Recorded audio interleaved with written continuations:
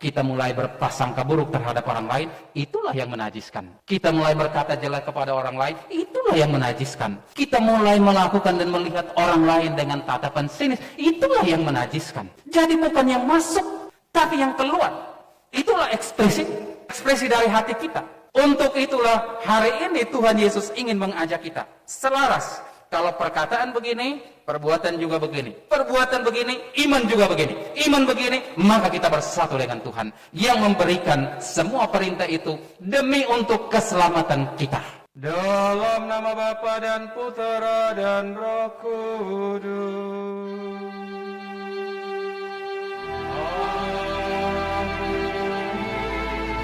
Rahmat dan damai sejahtera dari Allah Bapa dan dari Tuhan kita Yesus Kristus bersamamu.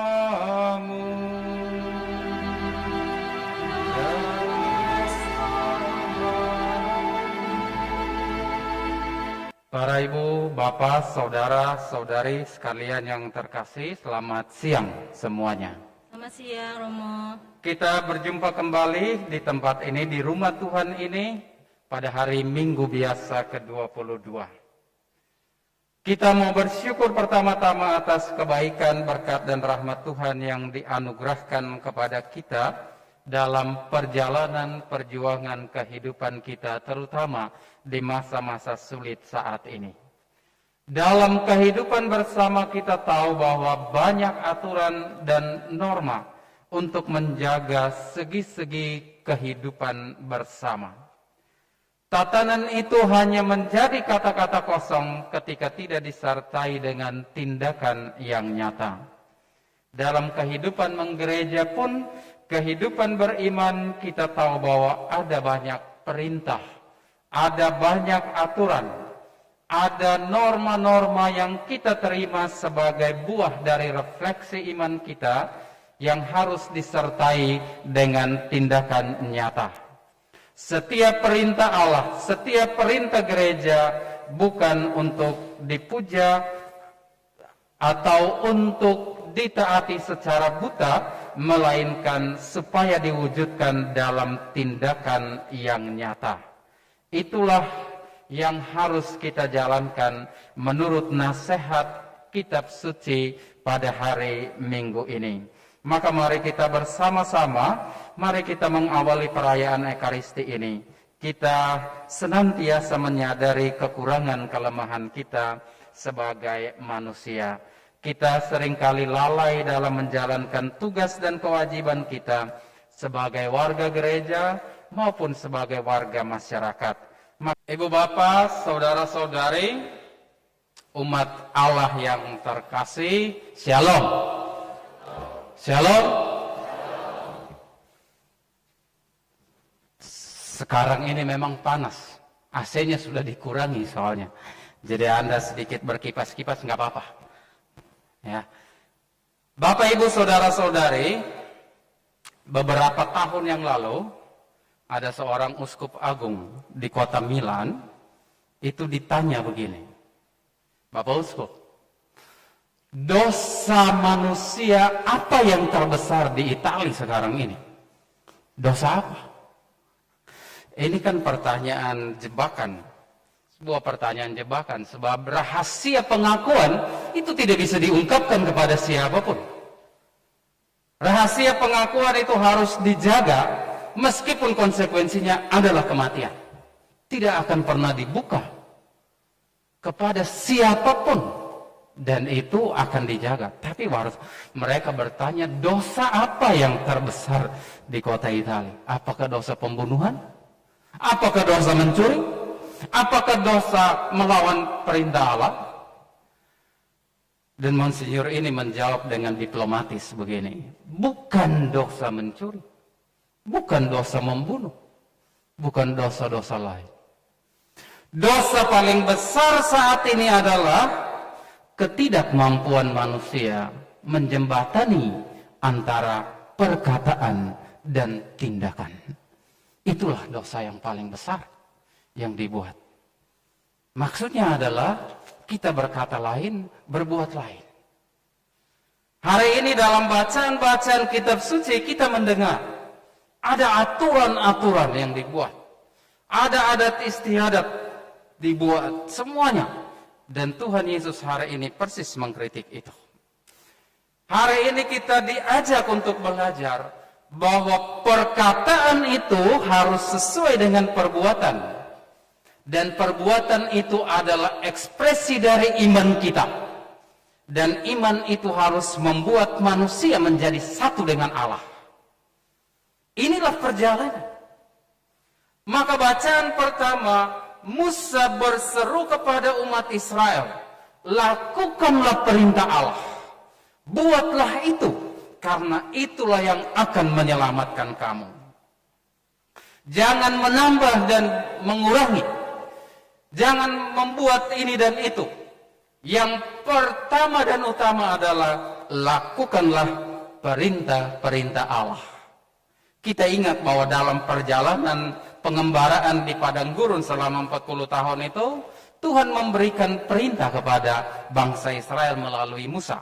Ketika dia terima di Gunung Sinai, dia pulang 2 loh batu itu dengan 10 perintah Allah. Itulah yang harus dilakukan oleh umat Israel tanpa syarat. Inilah yang harus dilakukan. Hanya buat itu saja. Maka sebenarnya mau dikatakan, ikuti perintahnya dan jauhi larangannya. Udah, titik. Nggak ada lagi yang ditambah-tambah. Kalau ini kita buat, maka kita dengan setia dan taat melakukan itu. Maka hal pokok yang diserukan Musa adalah melaksanakan perintah Allah. Dan itu artinya perbuatan yang menjadi ekspresi dari iman kepada Allah. Pengalaman bangsa Israel kurang lebih menjadi pengalaman kita umat beriman dari saat ke saat tentang bagaimana hukum dan aturan itu kita lakukan di dalam kehidupan. Kita bukan hanya menerima hukum Allah dalam perjanjian lama yang diberikan Tuhan melalui Musa, tapi kita bahkan dalam perjanjian baru itu juga menerima hukum baru, yaitu hukum cinta kasih. Kasih kepada Allah, kasih kepada sesama. Itu 2 hukum yang sama derajatnya. Tidak ada satu lebih tinggi dari yang lain. Yesus sebenarnya mau mengatakan bahwa kita mengasihi sesama kita, itu adalah ekspresi dari kita mengasihi Tuhan. Bagaimana mungkin kita mengatakan mengasihi Tuhan, tapi iri hati, membenci, tidak mau ngomong dengan orang lain? Itu nggak mungkin terjadi dalam kehidupan orang beriman. Itu tidak mungkin terjadi. Ini nonsens di dalam kehidupan beriman. Tuhan Yesus mengatakan 100% vertikal, 100% juga horizontal. Hanya itu yang diminta Tuhan. Maka dia bilang, hukum kedua yang sama dengan hukum pertama adalah kasihilah sesamamu manusia seperti kamu mengasihi dirimu sendiri. Kita telah menerima sabda Allah.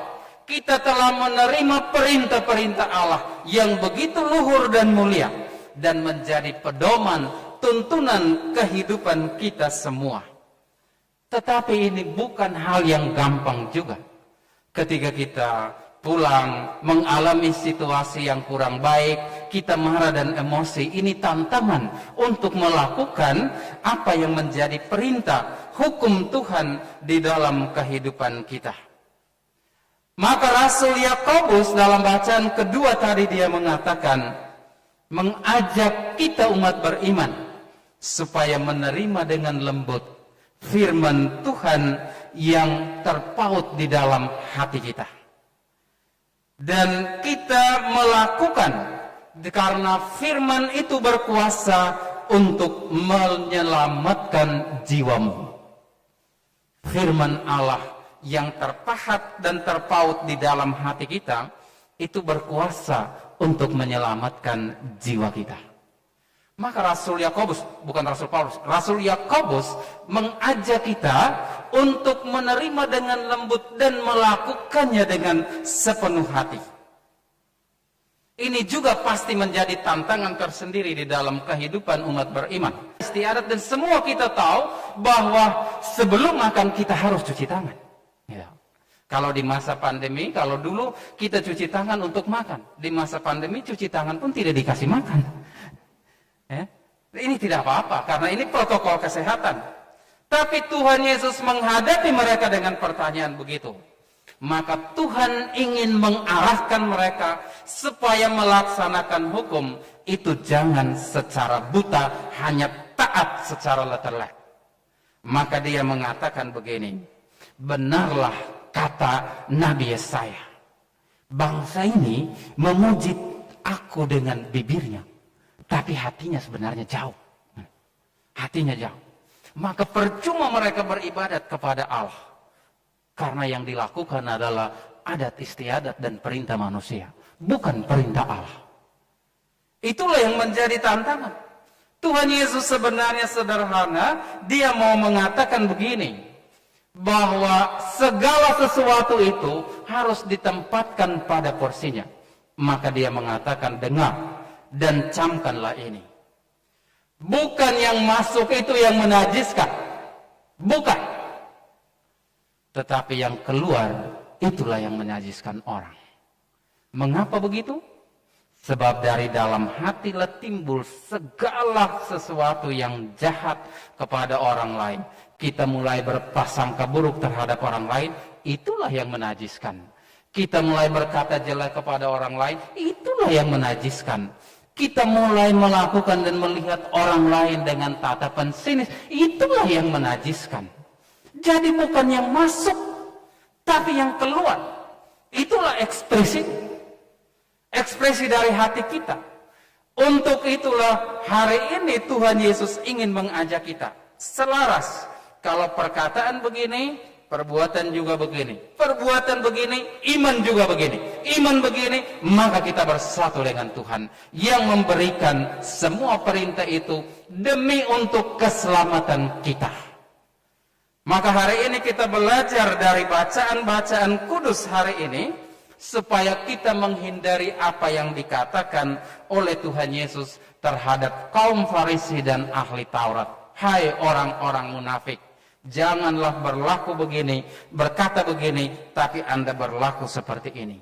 Hendaklah sesuai antara perkataan, perbuatan. Perbuatan itu adalah ekspresi iman, dan iman itu menuntun kita menuju persatuan dengan Allah, dan di sanalah keselamatan. Itu artinya segala hukum yang kita taati dan lakukan ini hanya tujuannya demi untuk keselamatan kita kelak. Inilah yang harus kita bangun di dalam kehidupan kita sebagai umat beriman.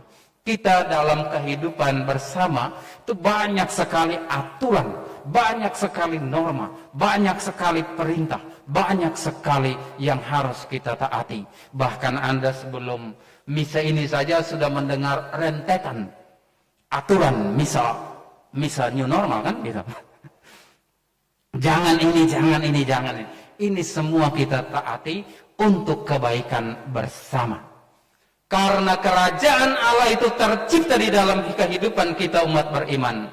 Kalau saya hidup untuk juga orang lain hidup. Saya selamat supaya orang lain selamat. Bukan kerajaan Allah tidak pernah hadir ketika kita hanya menginginkan keselamatan kehidupan bagi diri kita, tetapi orang lain itu tidak selamat. Sebagai umat beriman, mari kita senantiasa melakukan segala sesuatu, terutama di masa sulit pandemi ini, segala protokol kesehatan dan semua yang lain itu demi untuk kebaikan bersama dan demi untuk keselamatan diri kita, sesama kita, dan juga untuk kebaikan setiap orang yang kita jumpai di dalam kehidupan. Bapak, Ibu, Saudara-saudari, mari kita berdoa. Semoga kita senantiasa mentaati perintah dan aturan Tuhan demi untuk keselamatan, kebahagiaan, dan ketentraman kita di dunia ini dan di akhirat nanti. Tuhan memberkati kita sekalian. Amin. Ibu, Bapak, Saudara-saudari, menegaskan apa yang tadi sudah disampaikan, bahwa mulai tanggal 5 September itu perayaan Ekaristi semuanya akan dilangsungkan di aula paroki di samping kanan gereja ini. Sebab mulai tanggal 1 September, gereja ini akan dalam proses pembongkaran untuk pembangunan kembali. Misa syukur untuk prosesi semua benda kudus di dalam gereja ini ke aula itu akan dibuat secara online pada tanggal 31 jam 7 malam. Di situ akan ada dibuat sedikit upacara simbolis untuk pembongkaran gereja ini dan dengan seluruh prosesi benda-benda kudus, salib, patung Hati Kudus dan patung Bunda Maria serta tabernakel akan diarak dalam perayaan itu kembali ke aula sebagai gereja sementara. Dan saya pada kesempatan ini mengucapkan terima kasih kepada Anda semua yang sudah hadir dalam perayaan Ekaristi ini. Semoga kita semua tetap setia dengan protokol kesehatan. Mari kita tetap menjaga kesatuan kita sebagai umat beriman, bersinergi dalam kehidupan menggereja agar kita semua makin saling mengasihi, semakin terlibat supaya semakin menjadi berkat bagi seluruh ciptaan. Sekali lagi terima kasih untuk kehadiran Anda semua. Kita berdiri, mohon berkat Tuhan mengakhiri perayaan Ekaristi pada siang hari ini. Tuhan bersamamu. Dan bersama rohmu. Semoga Allah yang Maha Kuasa memberkati saudara sekalian. Dalam nama Bapa dan Putra dan Roh Kudus. Amin. Saudara sekalian, perayaan Ekaristi sudah selesai. Pergilah dalam damai sambil memuliakan Tuhan dengan hidupmu. Syukur kepada Allah.